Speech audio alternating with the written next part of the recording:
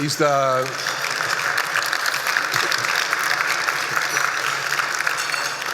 he became the 15th president of the Federal Reserve Bank of Atlanta in 2017. As some of you know, he's a member of the Federal Open Market Committee, the main monetary policy making board entity of the Federal Reserve Bank. Before joining the bank, he was a professor of public policy and economics at the University of Southern California, which is where we first met. He's also served as Assistant Secretary for Housing at the Department of Housing and Urban Development and spent a few years as a research economist at the Federal Reserve Board of Governors.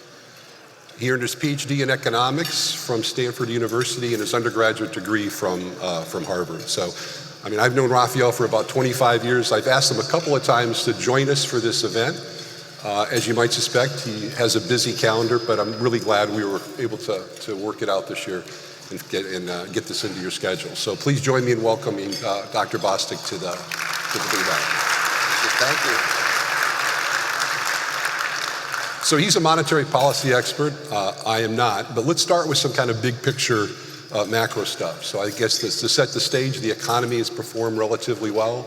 Real GDP growth was 2.5% in 2023. I think the fourth quarter annualized numbers, 3.2, 3.3%. And unemployment has behaved pretty well too. And so you wouldn't expect, the traditional economic theory doesn't expect that kind of a result or that kind of an economy in the face of steeply rising interest rates. So do any of the guys and girls at the Fed or any other economists, can they explain what happened to us, why that's occurred?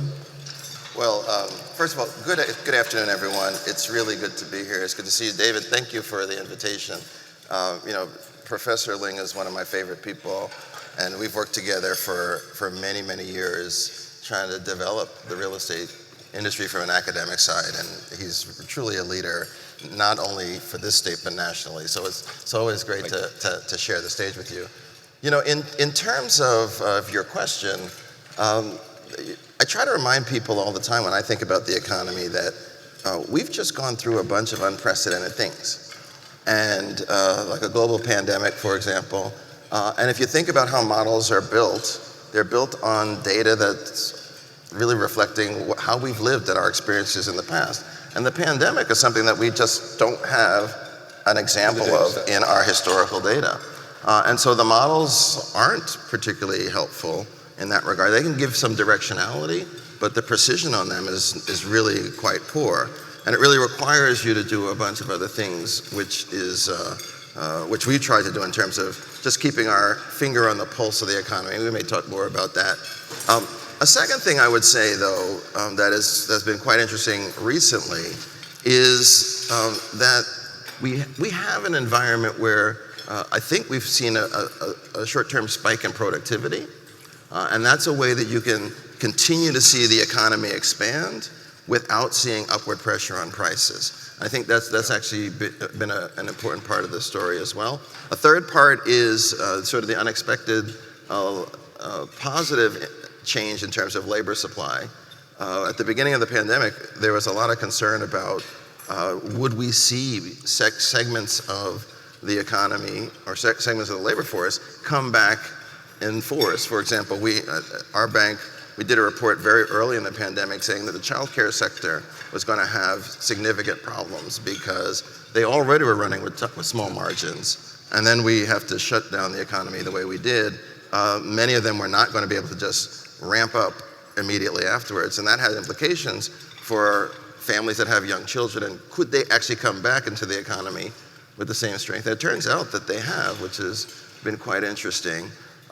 And then the last thing I would say is we are having a lot of debate about the efficacy of our policies, right? So usually if you get a 5 percentage point increase in interest rates, you would expect a lot of people to just retrench and stop being active and engaging in the economy. And that hasn't happened. We've had a tremendously resilient consumer and an amazingly powerful business sector. I think part of that actually comes from the fact that as we were getting closer to a period where people thought we might have to increase interest rates, we saw lots of people lock in those very low rates. So in housing, we know if you had a 3% mortgage, you locked that in. You did the refi and made that stand. And the same thing happened for many businesses that we've talked to. Now, the business loans are shorter term, so those will become an issue in the coming years. But for the time being, the interest rate sensitivity is probably a little lower than you would have expected under ordinary circumstances. Right. But we'll talk a little bit about the wave of maturities that's coming in commercial real estate. So that's another thing that is.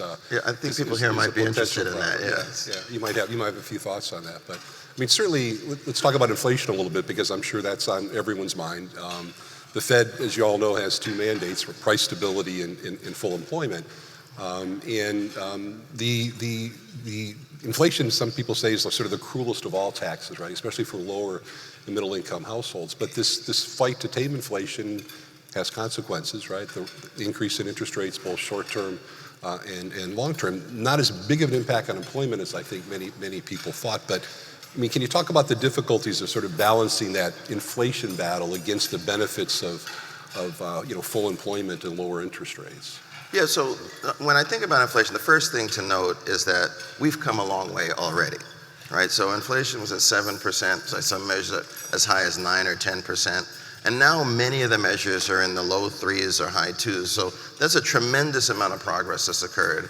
And it's happened actually a lot faster than I expected. So I'm really grateful for that progress, and it's been quite interesting. I do think, though, that the job's not done. Our target is 2%, when you think about it, if you watch the news, you see people saying, well, it's come so far, we're basically at 2%, so why don't you just get back to normal and cut the rates and do all that sort of stuff. And it makes me think back to the moments right before the pandemic when our inflation was at 1.7 or 1.8%, and there was all this angst about the Fed not being able to meet its target, right? So if you're at 2.9 and is all right, then we shouldn't have been talking about that when we were at 1.7 or 1.8. And I say that just to say we should be mindful of what success looks like, what in the neighborhood looks like, and it's a lot closer than I think where a lot of people are viewing it or how they're viewing it moving forward, and that's an important thing. Another thing I would just say is the trends are not always so straightforward. And what we've seen so often through the course of the last 3.5, or actually the whole time I've been in this job, is just the unexpected happening, the non-traditional thing occurring, which means that we have to really stay vigilant and make sure that the signal that we think we're seeing is actually the signal that exists, and that requires a lot of hard work. Yeah, I'm going to ask you about what signals you actually look for, but again on price stability. I mean, how close do you think we are to achieving price stability, and what are your concerns? What keeps you up at night? What do you worry about that could sort of derail the fight against inflation? Yeah, so we've made good progress. Yeah, like I'm pleased. We're not there. Yeah, and like for me, I think I want to see more evidence that the world is returning back to normal.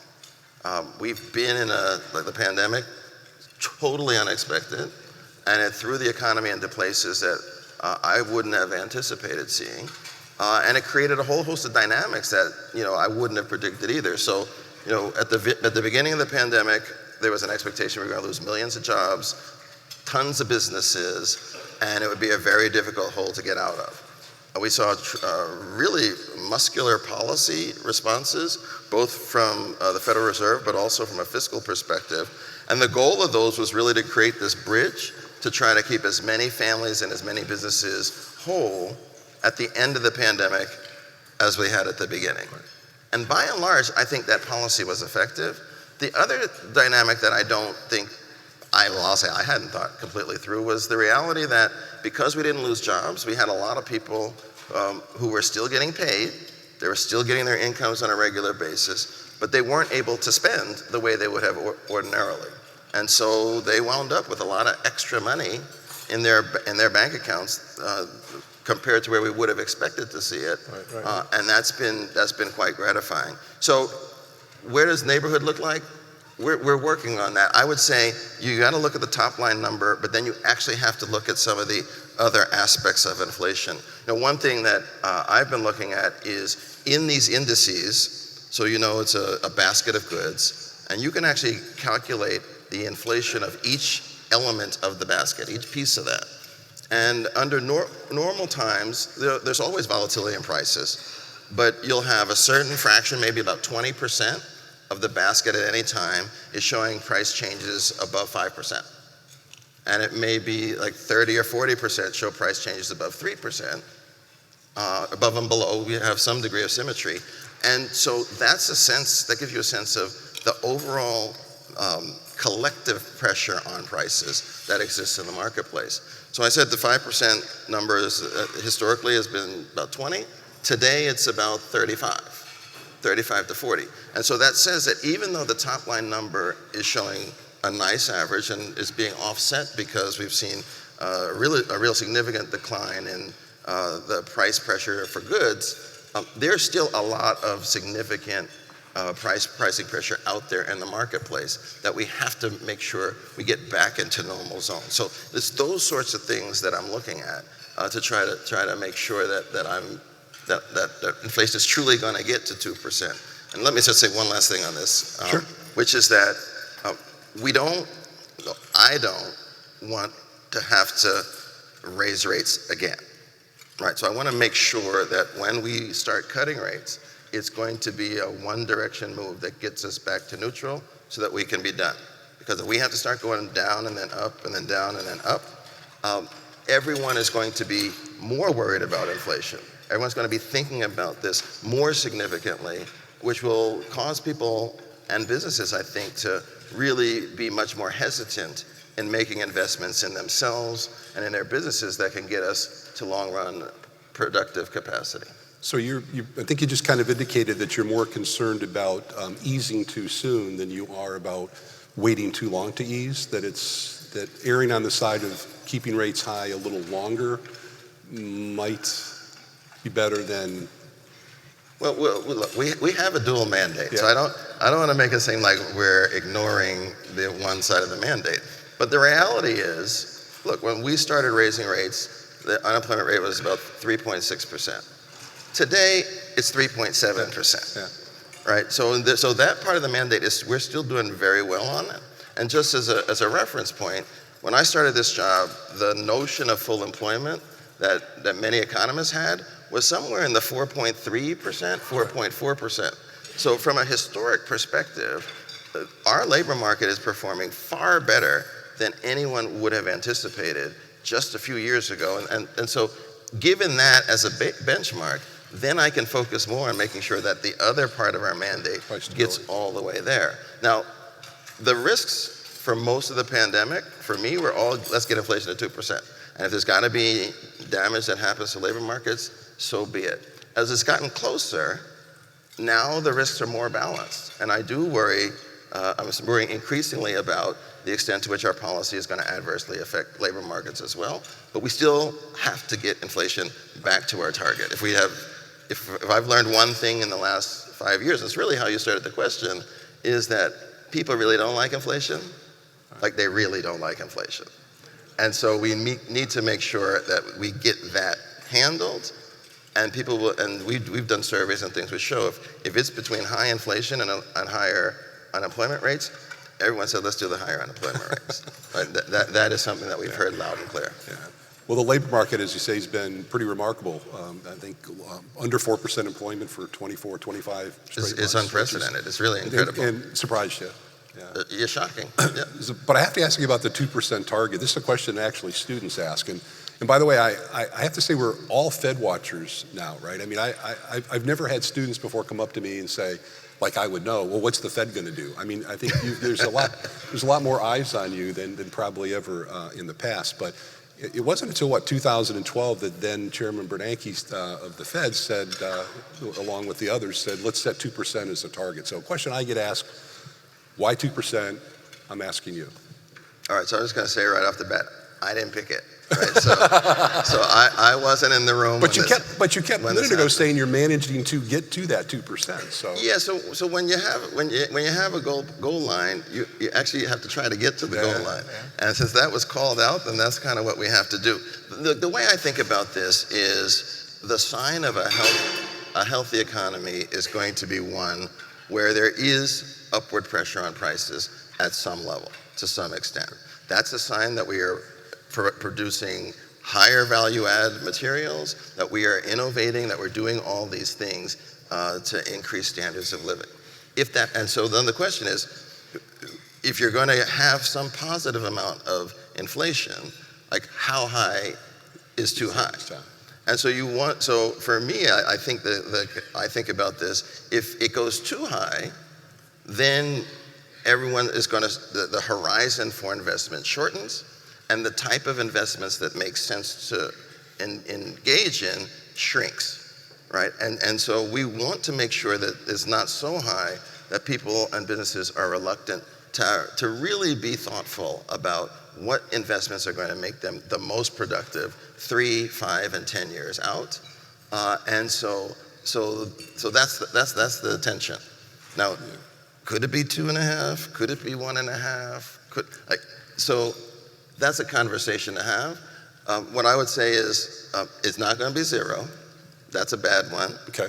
And it's not going to be 5% either. That's a bad one. It's going to be somewhere in between there. And then the last thing I would just say on this is we're not going to have that conversation until we're through the pandemic. Right? And that is an important thing to think about, because if we moved it now and said, 2.5 is good, people are just going to feel like, they just moved the goalpost for convenience just so that people stop looking at the Fed. Right. And I think it runs the risk of undermining people's confidence in our commitments to do things moving forward. So I want to make sure that we keep the goalposts where they are until we are in a place where we're comfortable, we're there, and then you can have a different conversation. Yeah. But now's not a good time to change the goalposts. I would hear it. Yeah. I would definitely hear it. So I think everyone in the room is going to be interested in your sort of broad economic outlook. We had an economist from Cushman & Wakefield yesterday. I think she used the term that she expected the economy to downshift in 2024. I think that was the term that she used. So give us your, what's your sort of broad base case outlook? Yeah, so to some extent, so I never use that word, but I think the dynamic is quite aligned with that. So right now, the economy is producing at a level that is quite strong, and stronger than what I think my team estimates the long-run potential of the economy is. Our estimate of that is somewhere in the 1.8 to 2% range. And that would be a long-term sustainable level of growth that won't be putting pressure and triggering inflation. So in the long run and in the medium term, I think my expectation and my outlook is that we're going to get back to that. And that'll be a pathway. And then the question is really how long it will take for that to happen.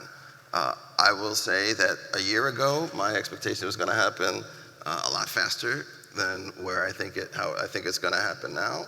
Because the economy has been incredibly resilient, and consumer spending has continued to be quite strong, even in the face of these higher interest rates and the inflation. We're seeing, and a contributing factor to this is the fact that wage growth has actually moved positive relative to inflation recently. So families are actually starting to feel like they're catching up and feeling much more secure about their prospects moving forward. All those things are good signs. So these are good problems to have, an economy that's too strong.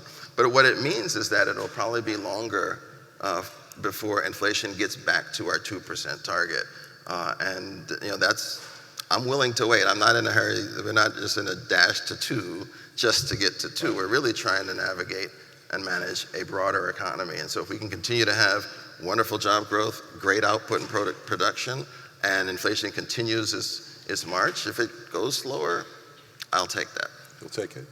Oh, let me say one other thing, sure. Which is that all of that is couched with large confidence interval bands. As I said, that's sort of an econ professorial way. It's good to be back on a campus. I actually like that, this setting.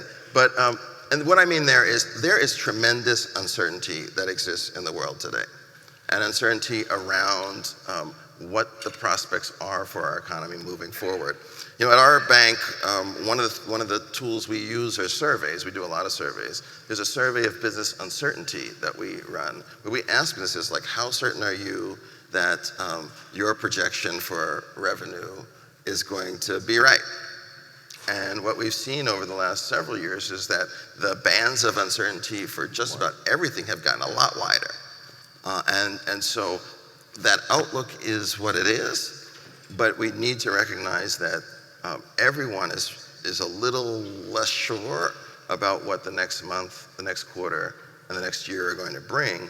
And that tentativeness is something we're just going to have to be mindful of, because that will affect the decisions that are made by businesses and families, I think potentially in very important ways. Which is why it's so important that the Fed's consistent with its messaging, right? Because as I said, we're all Fed watchers now. The stock market moves. Yeah, whenever CNN quotes you or anybody else, right? That's why we're not moving 2%. Right, exactly. We're not changing that. So let's talk for just a minute about commercial real estate. I think that the chatter, the talk, I mean, the discussion is about office in particular, but the impact of the pandemic, work from home, on commercial real estate in general, office in particular, and we'll hopefully have a minute to talk about that briefly. But I think maybe the biggest concern of many of the people in this room is this sort of this wall of debt that we're facing. I think over $500 billion of debt came due in 2023, and I think many thought that would lead to some increase in default rates, foreclosures. We've seen a little bit of that in the statistics, but not as much. And I think that's because there's been a little bit of extend pretend mindset from the perspective of the lenders. They're willing to work with borrowers. I think many of you in this room can attest to that. But we've got another, I think, almost $1 trillion of CRE debt coming due in 2024, and something like $2.2 trillion coming due by 2027. So, and with currently high interest rates, declining property values, which many expect to decline further as private market valuations catch up. I mean, these loans are going to be hard to refinance potentially. So, what is your view on that? Are you concerned about that? What's your staff and other economists telling you about that, and how concerned are you about that? That we're calling the wave of maturities that's coming down the pike. Yeah. So, yes, everything you said.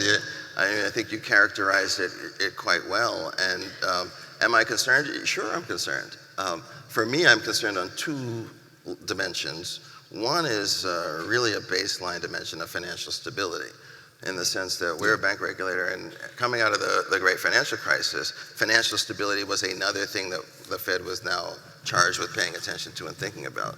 And so we've been talking to bankers all over my district, my 6 states, to see sort of where they are in terms of concentration in their portfolios in commercial spaces. And what we've heard has actually been relatively positive, in the sense that a few banks are super concentrated in this stuff. I think part of that is an evidence of lessons learned out of the great financial crisis. At that time, more banks failed in my district than anywhere else in the country. And that was largely because of concentrations in real estate. And so I think for many institutions in our area, they all remember that. Like, they're the survivors. They saw what happened when concentrations got too high, and they just decided that we're going to make sure we're not exposing ourselves to that risk. Now, there may be other things that happen, but that's not one that's going to go. Right. So that part, we're going to continue to monitor that. There are going to be some institutions that are going to have challenges at some point, but that's always been true. So the evidence that 1 or 2 banks here or there is struggling, I wouldn't take as a sign that the whole financial system is at risk. Then there's the other piece, which is the geographic distribution of these properties, and how the problem ones wind up revealing themselves into the marketplace.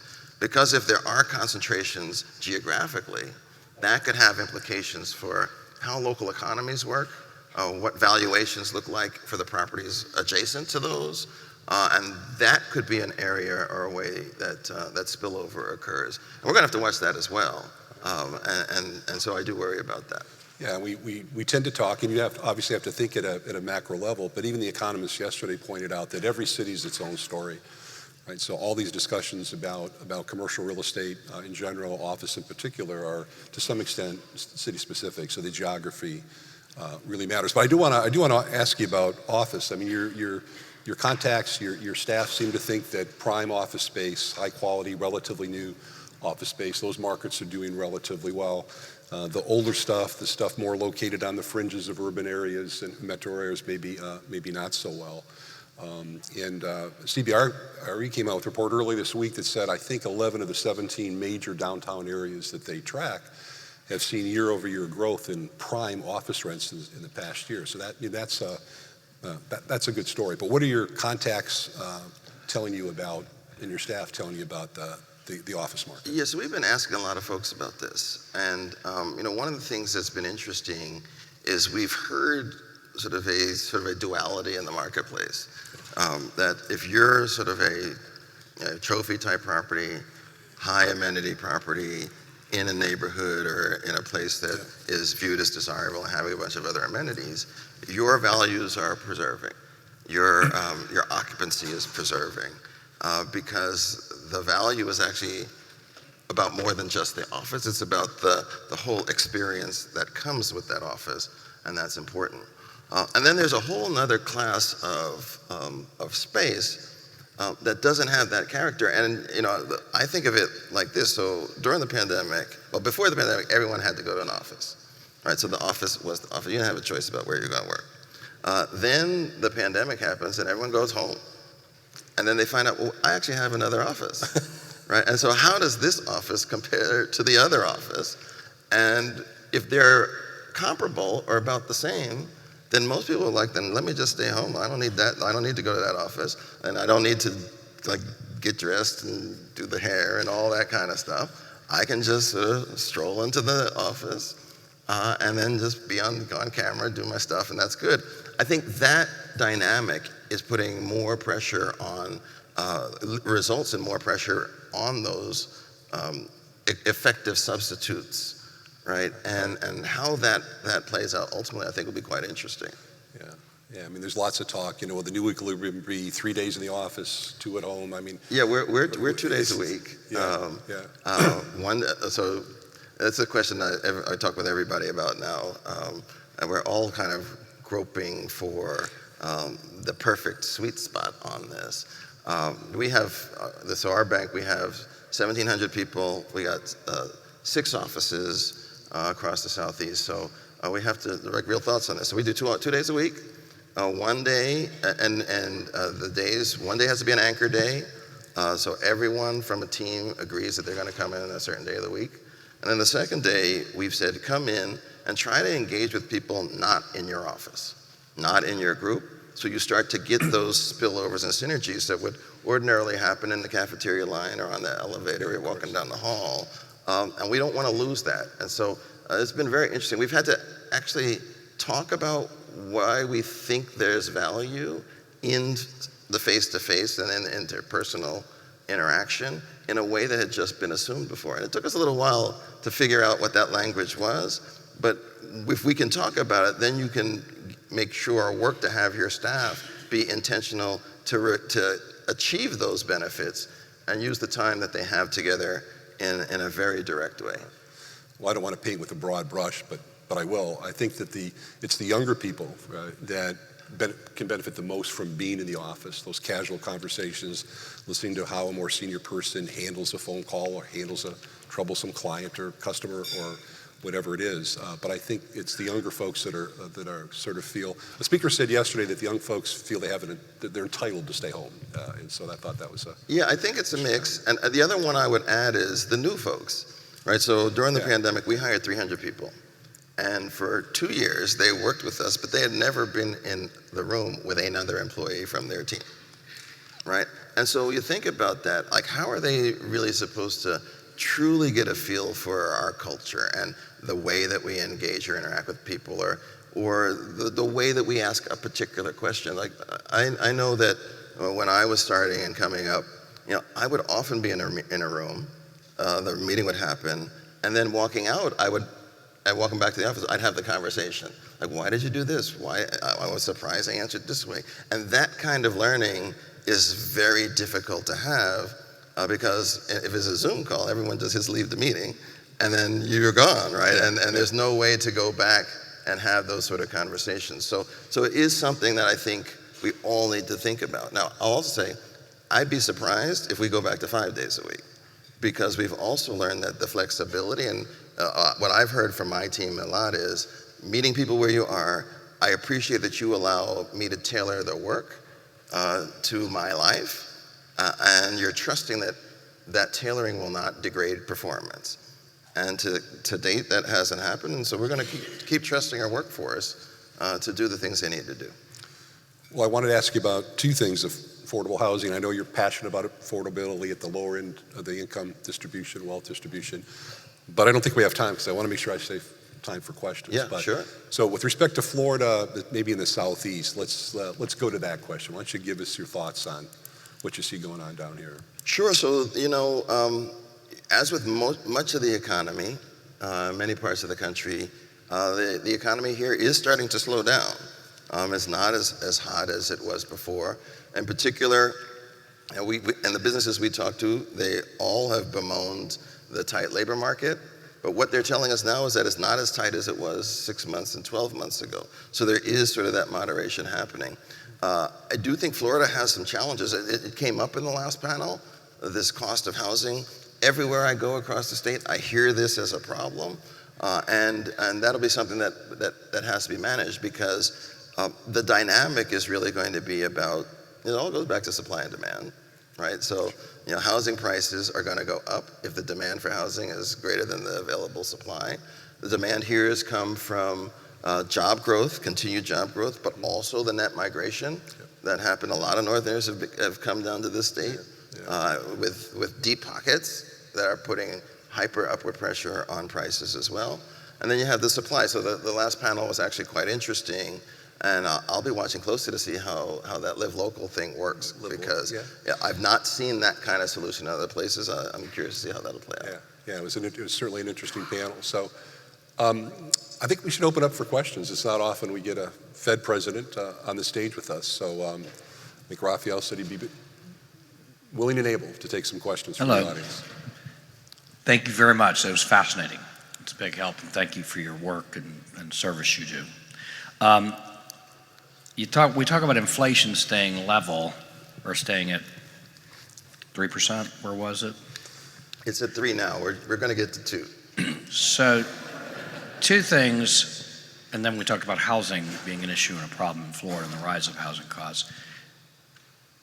You consider rent in that inflation, but do you consider the cost of buying a new house today and paying the interest payments? Is that considered?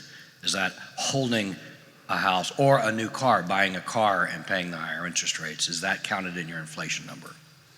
Because it's double now. It's twice what it was a year and a half ago. Yeah, so we calculate, we do calculate the all-in cost. What many of these indexes try to do is convert ownership type of expenditures into a rental equivalent, right? And so they are trying to do that so that we're comparing apples to apples in this. I'll say that, the dynamic on rents has been interesting, and it has been stubbornly high. So there are a lot of regularities about how rents follow home prices, and the way that it's shown up in these indices has been slower than people have anticipated. My staff was saying they expected the rental component of these indexes to actually contribute to downward pressure a lot more than it has. And so we'll just have to see how that plays out moving forward. Is your cost of interest, the cost of carrying a house is double what it was a year and a half ago. Oh yeah, I understand. And because of the rapid rise in interest rates, I think everybody here would agree there's a virtual shutdown. Well, then let me just apartment development. But let me just jump in here and say, also in Florida, you have an insurance issue here as well, right? There are lots of components to the cost of housing that get brought into this, and so there are unique things that happen in every marketplace, and the statisticians are doing their best to make sure that, that those things are taken into account as we characterize how these economies are evolving over time. Hi, good afternoon. My question is about the growing divergence between the personal savings rate and the cost of debt right now. So credit cards averaged over 21% as of the end of last year. Personal loans reached over, I think they were 12.4% in December of last year. We're talking about affordable housing and the cost of rent. Wage growth is actually slowing. It's about 50% down over the 2-year period, ending the end of last year. So my question is, how concerned are you about that divergence between, costs going up and the amount of emergency money that people have going forward, especially when I think the last number I saw was that 6.5% of all credit card debt went 90 days delinquent the end of last year, which was the highest level in a decade. Yeah, so consumer finance, yeah. Oh yeah, no, I understand all of this. Look, this is an important issue, and one of the things that we've tracked through the pandemic is how have families been managing the high inflationary rates, and how have they been doing in terms of carrying their debt. And it's been really, if you talk to any bankers, they'll tell you through most of the pandemic, delinquencies on all credit types was incredibly low, like at historically low levels. And what's happened in the last year and a half is that they've all gone up, right? Some have gone up faster than others, but they are all still not at levels that you would have expected to see at the height of a recession or anything like that. So there has been weakening. There has been this normalizing at the macro level. Now, the other thing that you speak to, which I think is actually quite important, and I say this all the time, like we talk about the economy like it's one economy, but no one lives at the 2% growth rate or the 3% growth rate. Many people are living at 5% and a bunch of other people living at 0%. And so we need to be mindful about the distribution of experiences in the economy. And so we ask questions like that all the time. So I have a group that we do a survey called a Worker Voices Survey to understand what's happening for people that receive their wages through hourly earnings and those sorts of experiences, to make sure that we are not forgetting about anybody and really trying to pay attention to those. So we are watching that. One of the things that we've heard in this space is that because of the way the economy has evolved, there's been a move to become more entrepreneurial. And so in the last several years, we've seen more people looking to entrepreneurship, small business operations, as ways to augment their incomes and to try to position themselves in a better way. The last thing I'll just say on this is that, I mentioned earlier that at the height of the pandemic, pretty much every family had more income, and their bank balances were higher than they were ordinarily right before the pandemic. That's not true for a lot of families today, right? Either they're back to where they were pre-pandemic, or even they may be a little worse. And that is something that we are going to continue to watch and make sure we understand the implications of.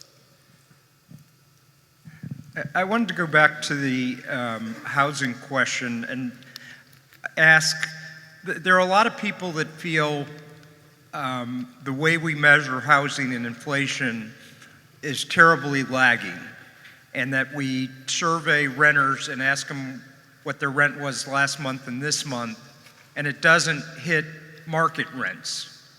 And that actually the 9% inflation was probably too low because market rents had gone up 20 and 30%, but they were only hitting 1/12 of the population every month. And that we're at the reverse end of that, and we're still catching rent increases that really happened in the economy 6 months or a year ago, and that today rents are flat to, in some cases, declining, and that the 3% that we're measuring may actually be too high because housing is such a huge portion of that. Do you feel we have a measurement problem, and is there any movement to do something about that and move from the survey method of just what is your rent to trying to measure real market rents? So that's, I had a couple of reactions to that. So one, sure, we always worry about measurement error and actually mismeasurement as a significant issue. So we do that. I will tell you that, I don't do a lot of the surveys that run these sort of things. Actually, I don't do any of them. But I have staff that are engaged with them and talk to the folks at the BLS and other places to try to keep tabs of how they're thinking about it. They're working on new methodologies continuously to try to improve and speak to some of the issues that you raise. A second thing I would say is, on some level, we need to also be mindful that if we get mismeasurement, that can be okay if the nature of the mismeasurement is the same all the time. So if we always miss the same way, then the trend you're getting is the actual trend, right? And on some level, that can be enough for what you need. And so that's another thing to think about moving forward. And the third thing is, for the faculty who are here, this is ripe area for research, right? This is a place where I think academics can help us have a better understanding of the dynamics of house prices, and to the extent there's a divergence between the standard way that an index is constructed and the way people actually live in their housing, and we can start to unpack that a bit more, that can be really useful as well. I mean, we're not going to do that. Well, I'm not going to do that in my role, but I think there are some folks that could really probably help us. Thank you. Inflation certainly has come down, but there appears to be a growing difference between the rate of growth in goods and that in services. What can the Fed do to try to control the growth in services, which doesn't seem to be as vulnerable to higher interest rates? First, there has been this divergence. So what we've seen in terms of the price dynamic, for goods, it's come down, and in fact, it's negative in the aggregate. And historically, goods inflation has been something around 0 to -0.5. And services inflation is usually in the 2 to 2.5 range, and that's kind of how it plays out. Today, service inflation is a bit higher than that. So that's the baseline. To your question, services inflation usually moves slower than goods. It's always a bit stickier in its trajectory. And so the slow pathway on some level is something worth watching, but perhaps isn't super surprising. I've always had my outlook that it would take a while for us to get back to 2%, that this was going to be something that would take time to play out. I think some of the dynamics that we're seeing in services is important for that.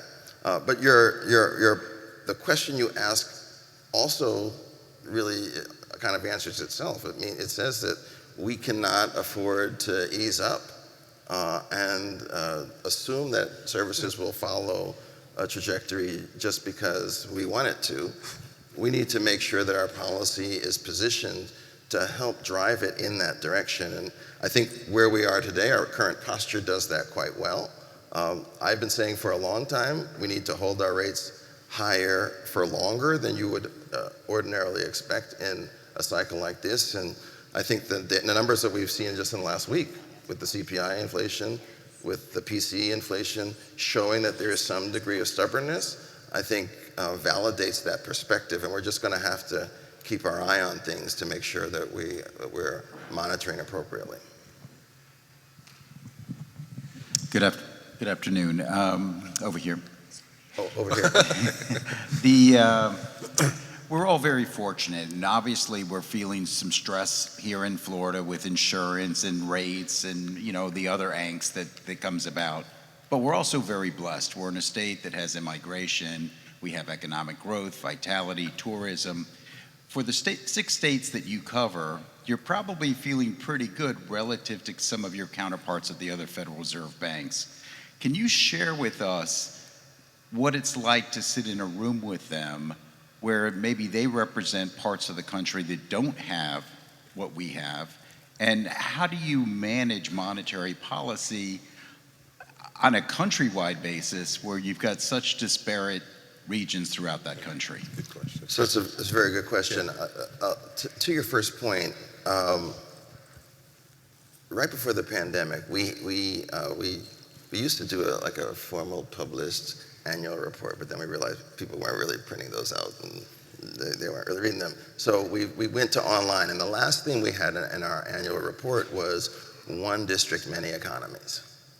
And what is true across our district, if you look at the geography, if you look at on a map, there are these pockets of intense, powerful, positive economic energy. But then there are large swaths that do not have that at all, right? So we always are trying to sort of navigate and understand how the economy is working by taking all of these disparate experiences and combining together to tell some kind of broader narrative. So so we're doing that even in the 6th district as a characterization. Sitting in the room is amazing. And I will tell you that I'll never forget the first time I gave a talk. So every person, they speak in a couple rounds. I'm sitting there, Janet Yellen is the chair. Next to her is Vice Chair Fisher, who was one of the authors of Dornbush and Fisher, which was my textbook in Econ 1. And it was, what am I doing here? Why am I being asked to speak? And why is anyone gonna listen to me? And it was really quite humbling because you're in the midst of people who are really smart. They are well-trained, they're incredibly thoughtful, and they're really committed to the mission, right? So every person in that room could be doing something else. They could be elsewhere, being successful in a lot of different ways, but they've chosen to do this instead. And so the conversation is really interesting. I actually really have to pay attention to every person because when I started, my team told me, okay, you can assume that they know all the data. You can assume that they've seen all the stuff. You got to figure out what you're going to bring that's interesting, that you're going to bring that's going to actually provide some new color onto the narrative so that by the time we get to the end, everyone has a very rich understanding and appreciation of like how the economy is playing out. In terms of the actual decision about policy, there is a degree of abstraction you have to do, right? And there's a lot, I mean, this is a huge economy. It's incredibly complex. And no one action is going to affect everyone the same or affect everyone as positively or as negatively. And I just have to learn to come to terms with that.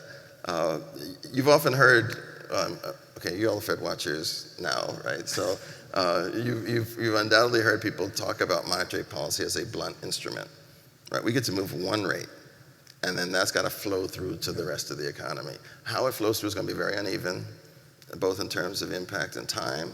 And so it's another reason why I have to be vigilant, because you're never sure exactly when and how these things are going to present themselves in the marketplace. I think we need to, sorry, but I think we need to end it there. I know you've got a flight to catch. No, he's got You do one more? Yeah. Okay, one more.